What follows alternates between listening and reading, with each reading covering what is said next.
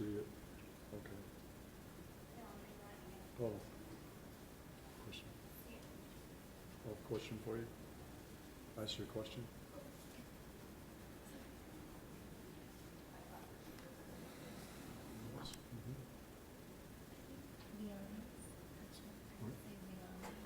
That's it.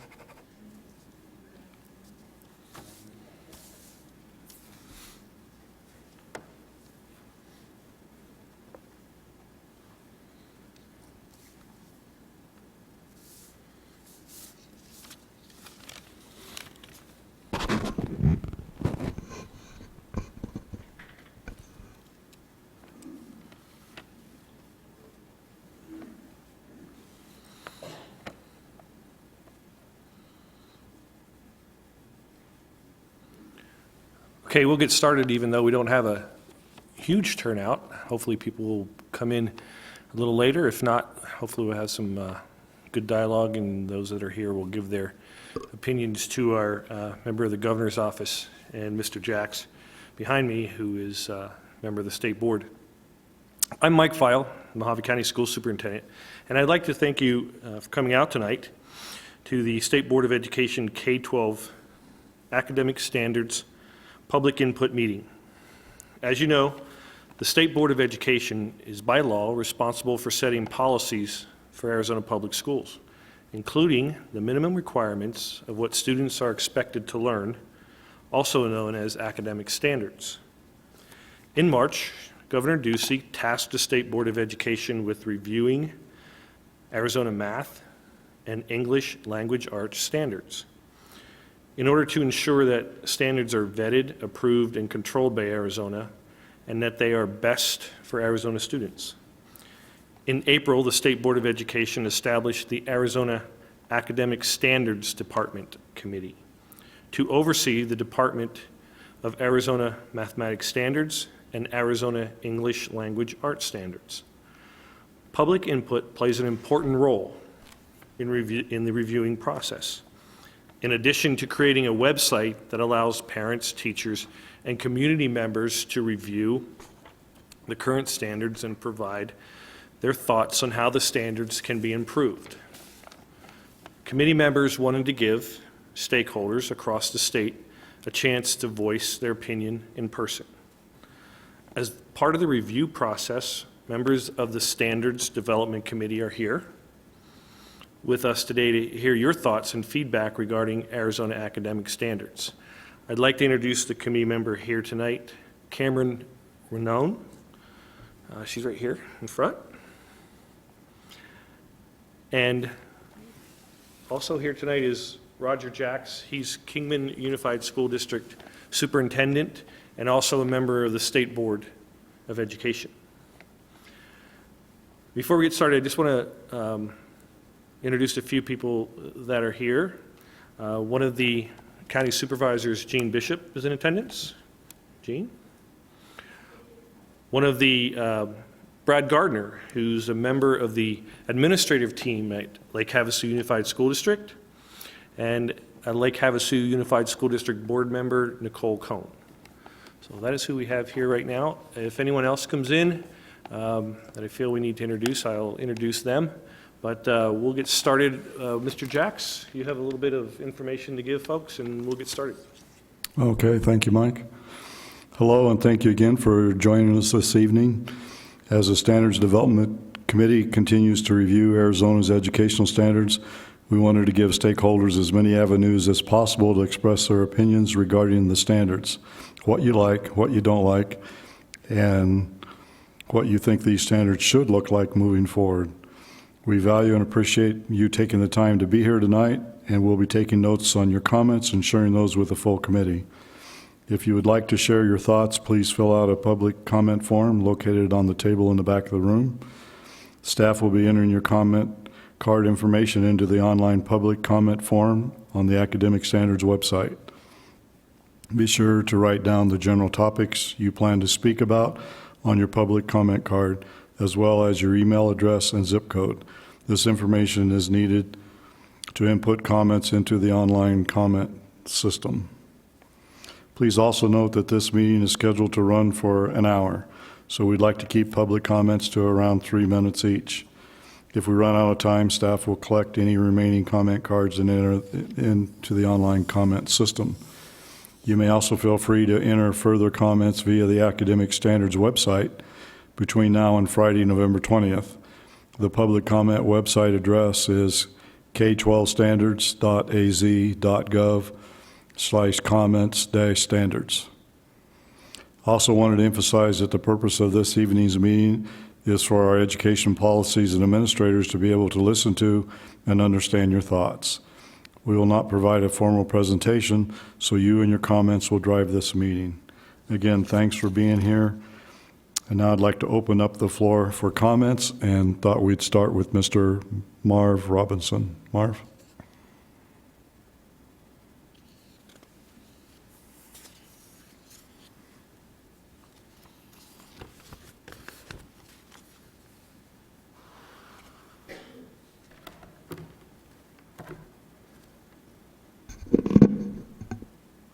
Thank you for having just heard about, am I talking loud enough for you to hear? A little closer. Is that better? A little closer. I get close enough to eat it? Well, is that Can better? everybody hear? Okay, thanks, Marv.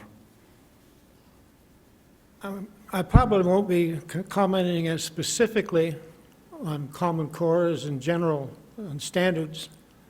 Having been in education since 1955, this is one of a very long series of redoing and modernizing and making education better. I think that if this doesn't do any better in changing it than the previous number of times I've been involved in it, and since I left the classroom, unfortunately, that seems to be what happens in education. My background includes a number of years in working in evaluation and program planning, primarily in the vocational technical area, in both State Department and university and other areas. One of the things that bothers me so much about these programs is the movement from local standards, local programs, to federal programs, or even if they're not from the federal government, then they're from the national education members or academic subject matter specialists. I think that testing is very valuable to find out what things that student knows and what they need to learn, what their strengths are. But testing as a means of evaluating the program or the teachers is a very narrow part of what to do. And I have two big concerns about Common Core. One is the national part of it, and I'm glad we are going to a state level. But I can't imagine trying to put together a Common Core curriculum for kids in Harlem and kids in Juneau, Alaska. I'm not even sure you put the same program together for in a university town like Tucson and you do for Kingman or Mohave County. There's a lot of variation. I think you have to teach to the students. I liken what we're trying to do with Common Core as to what the problem would be if I were the track coach. And I got to have some kids that run fast. I got to have some kids that can pole vault. I need some kids who can throw a shot put. And if I put them through a Common Core kind of program, I would end up with a very crazy-looking track team because the standards are so much different. We're at a point in this country where you could get a great job if the school system hadn't tried to send everybody to college and doing testing towards college. My grandson did really well in Casa Grande because they put him in the auto shop as a NASCAR. And when he finally got his English credits by writing about safety in NASCAR, There are a lot of kids out there like that, and to me, working particularly around math and English, and, I've wondered for a long time, how much quicker would the average young man learn to read if you would give him something to read about baseball, cars, hunting, things that boys are interested in, instead of more things about, Now, I know that's more philosophy than, but when I took curriculum in graduate schools 50 years ago, or just about that long ago, the man who taught us how to develop a curriculum that fit the community in which we taught. When he became dean of the College of Education at Michigan State a few years later, we talked about what the curriculum ought to be by talking to a mathematician or an English teacher or any other subject matter specialist. And I think in the process we've lost the ability to teach people and kids. I'd suggest that we would increase educational achievement if every teacher in the system had to spend some weeks observing or helping the teacher in the special education where the student comes first. I'm saddened after a lifetime in education and so many members of a family in it to see the downgrade in results that we're getting in the school system today. And anything you can do to turn it around, and certainly getting input from the people across the state, I think from the state board is a great way to start. I'm sorry that we didn't get that. With all the interest I know there is in Common Core in this county, I'm surprised this room isn't completely full, and I wish it were. Thank you. Thank you.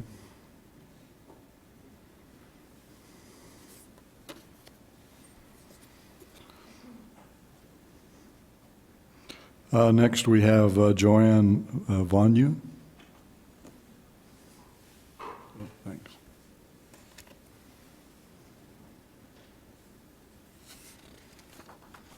Good evening. My name is Joanne Villanos, and I hail from Lake Havasu City. We came down here this evening. I wanted to touch base with you. My colleagues did want me to pass on. They have had the chance to visit the website and have given a lot of comments via the website. They just could not make the trip up here this evening. So we feel confident that we do have our input coming to you. I did have some last-minute visitors today in my room to ask me to address these concerns. A majority of the people at my particular school are actually happy with the standards themselves. They do see that they've been used in a different manner when developing the tests. And the majority of the people that took the survey that we had at our school had said that it was really more the assessments that needed some revamping than the standards themselves. They know that the Arizona standards we had prior to the Common Core influences were a little different, but they didn't feel that they were different enough that to cause a lot of this hullabaloo. They see that the verbs have changed a lot, so when going from the old standards to the new standards, those verbs are different, what we're asking the children to do. Is it that different that we have to throw everything out and start over again? They don't feel so. They feel that the standards are strong enough that we can be able to read that standard. What do we want that child to be able to accomplish by the end of the year? And they feel confident that they can do that. Now, the process of how you get there via your curriculum or via, your techniques and your strategies in the classroom, that's a whole nother ballgame, and that's for each district. And each district has to battle with that. But the set of standards themselves, they were pretty happy with. The second comment that I had a third grade teacher comment. She said, My problem, what I have with the standards is you give me a list of what you want this child to accomplish by the time they graduate from high school. And so let's just say you have 10 standards. She said, you know, you can take them and you can divide them up evenly between those 12 years, and you would think that each little step, you want the child to progress each step, and in 12 years, you'd finally reach the top. But, you know, she was quick to point out, not all students are going to learn in those increments. Do we have leeway there for those students to show that they're progressing, but they might not have gotten to that next level? She also mentioned, she said, our brains, you know, developmentally, those younger kids need to have a smaller gap. So they're just going in baby steps. And when they get up to 6th, 7th, 8th grade, man, they start to take off. And those steps might be a little different. So right now she was feeling, as a 3rd grade teacher, she's feeling a little restrained that you've stuck me in this box and you expect my whole class to have mastered all of these when developmentally they're not already. So a little bit more leeway on those jumps, she said would feel a lot better and a lot easier to work with. Overall, we're getting positive things from my particular school, and that was in ELA as well as math. Thank you. Thank you.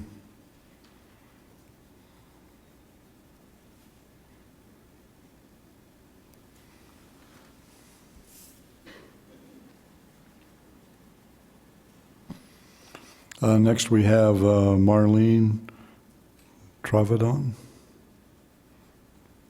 Marlene? I'm sorry, I couldn't hear.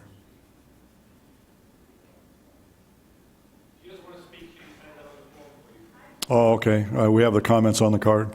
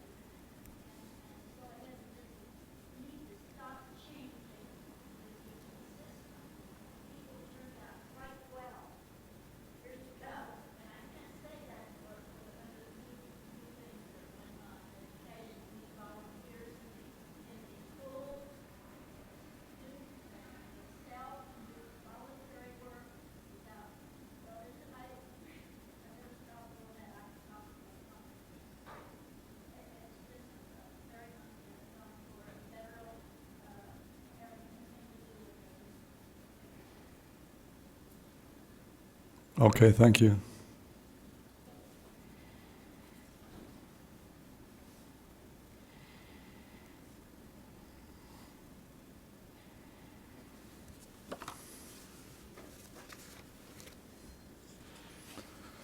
Next we have Nicole Cohen.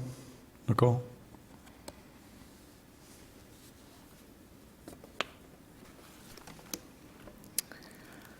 My name is Nicole Cohen from Lake Havasu City, and I am not going to pretend that I know much about standards, and I'm not a teacher, but I can read, and my concerns stem from the experts, in fact, the early childhood development specialists that have been completely left out of this process when developing Common Core. So I do have a packet. I wasn't going to rewrite it, so I will leave it. But this is a review of the final draft for the math standards from Dr. James Milgram. Very detailed analysis of what's missing, what's inappropriate, and what's lacking in the upper grades before they do go into college. Also, Dr. Sandra Stotsky's review of the ELA standards. And also included in there is the joint statement of early childhood health and educational professionals on the Common Core standards.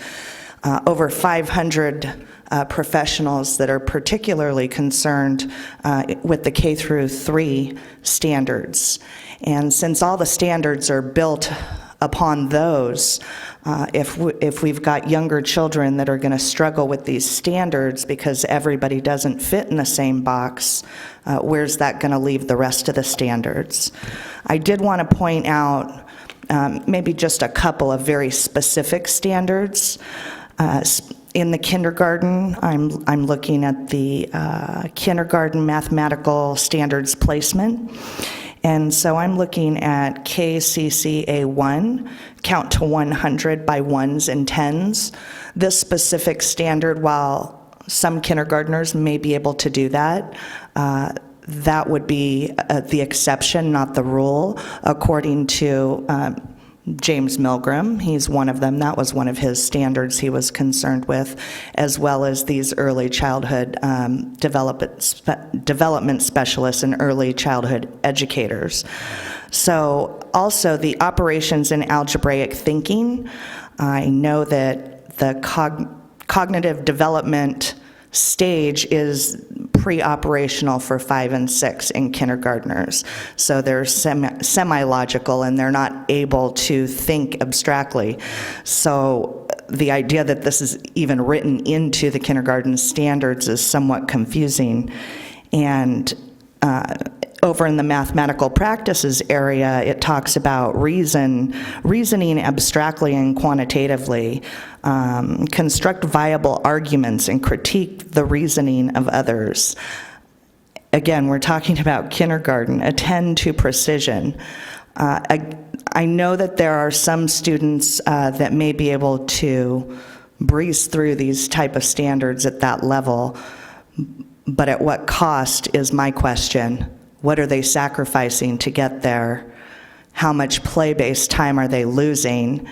And that's my major concern with the math standards. Also wanted to note that Stanford University did release a big study last year. I believe it was August of last year.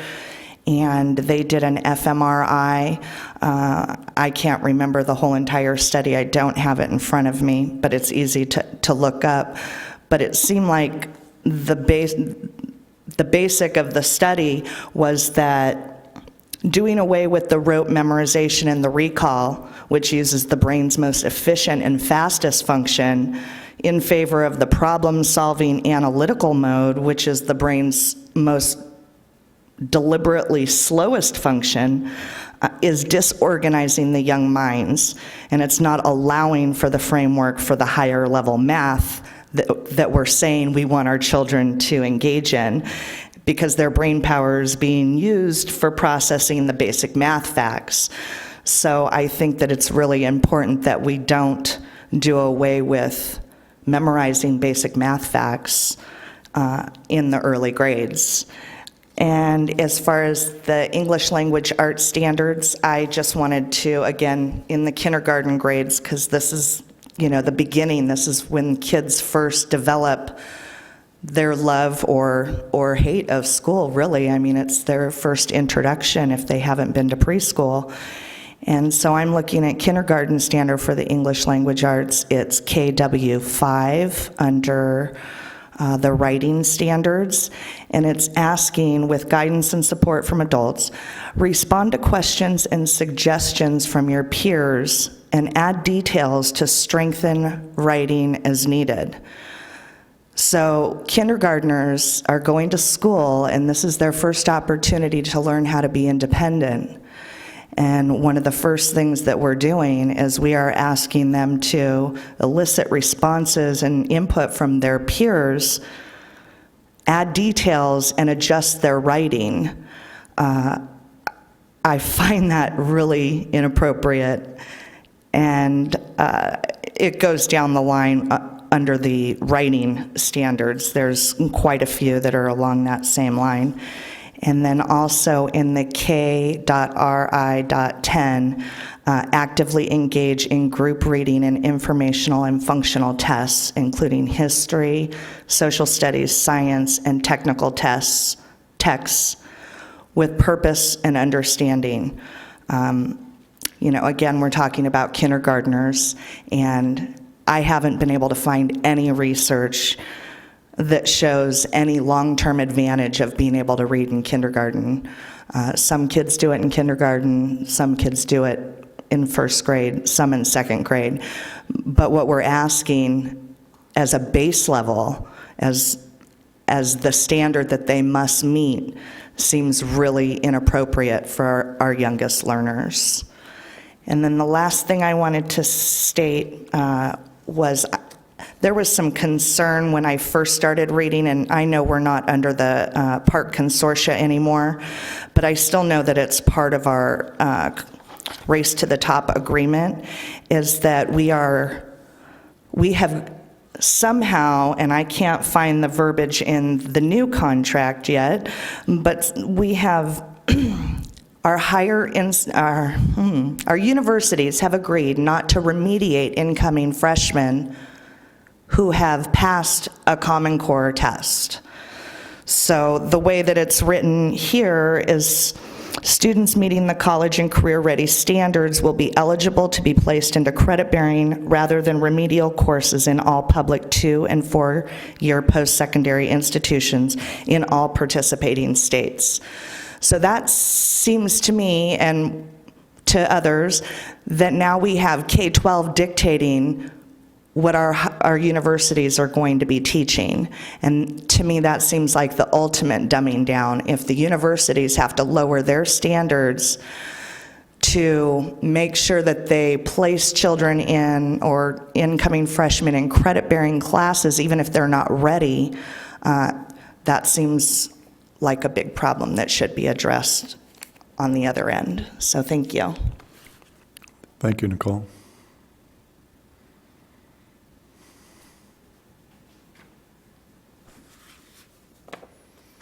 And next we have our County Supervisor, Jean Bishop.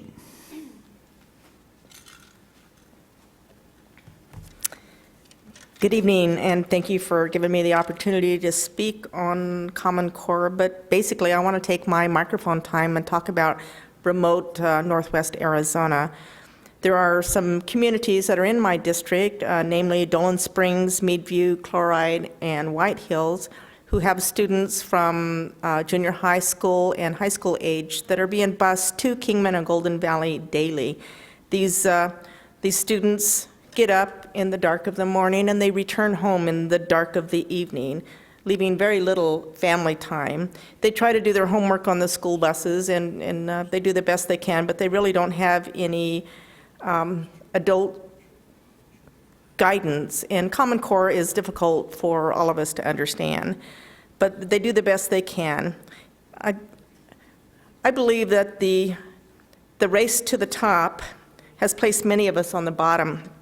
I don't like Common Core.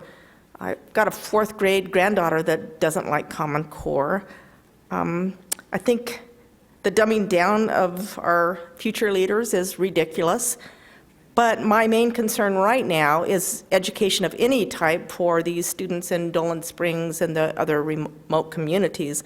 They have a wonderful school, but they don't have the money to hire teachers and the administrators to run the school. So they have reduced their administration and their teachers, and they're only allowing students from kindergarten to 6th grade to attend these schools. And I'm in hope that the governor, with his idea of raising money for schools by selling our public lands, will help this remote school to educate their students in the communities where they live, or at least not have to travel 50 to 75 miles one way to school and then another 50 to 75 to come home. So it is my hope that with the money that is garnered with the sale of public lands, that Dolan Springs can once again have a K through 12 school, or at the very least, a K through 6 school. Thank you very much for your time. Thank you.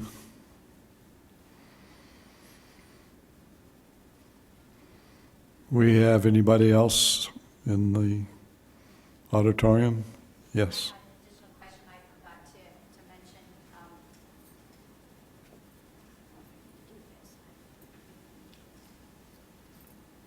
I'm sorry, I did have another on the way out to the door today. Somebody asked me about standards, if they were going to be developed for our specials classes or our art, music, and PE, and if those were in the future, if those were coming. They also asked about social studies standards as well. I didn't have an answer for them, but I told them that I would pass that on. So just a question on if we see these standards, if we're going to develop them for more classes, or if we're just set at the ELA and math.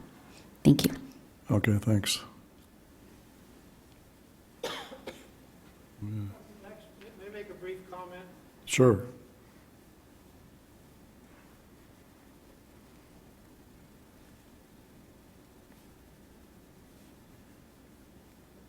I'd like to build on what this lady said so well about readiness and what they're capable of doing when they're in kindergarten.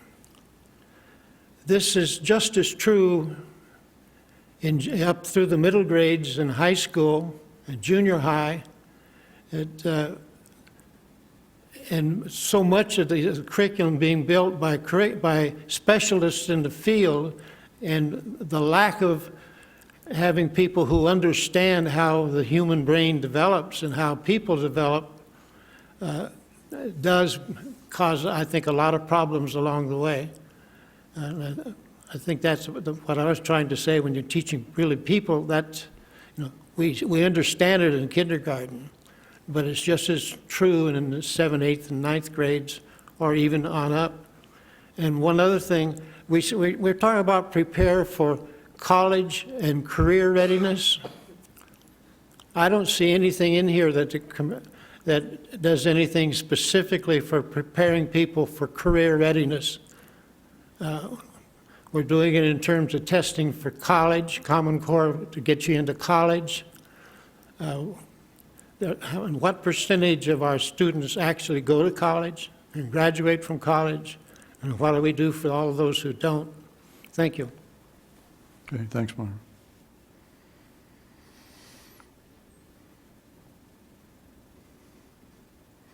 Any other comments? Okay, Cameron, does that mean we're finished? Okay.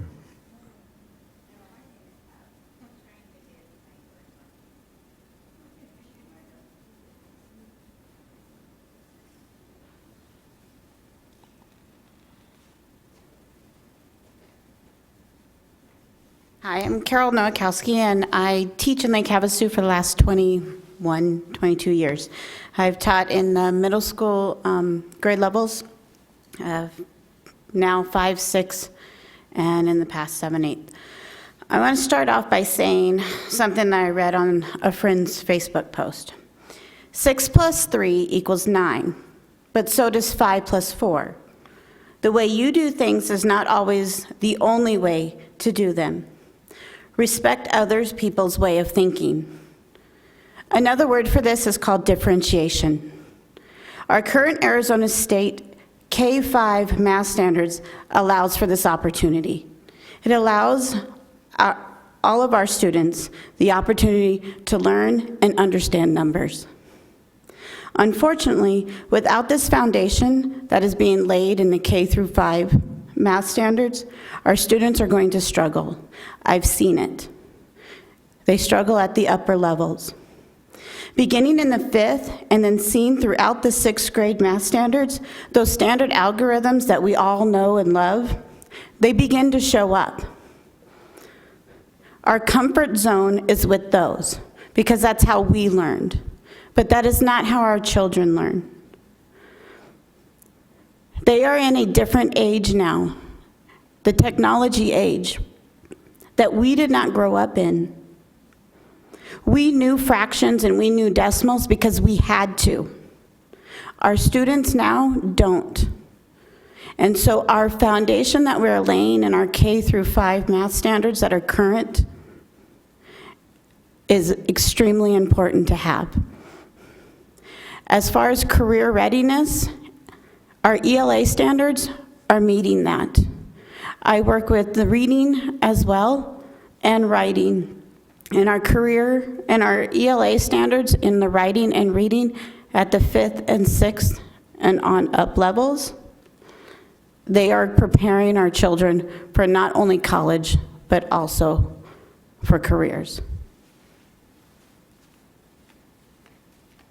Thank you.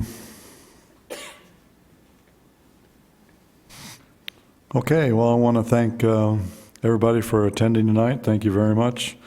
These comments and stuff will be taken to the committee as a whole, along with the notes that have been subscribed tonight, as well as the information that's on your comment cards. So thank you very much. Thanks. Good night.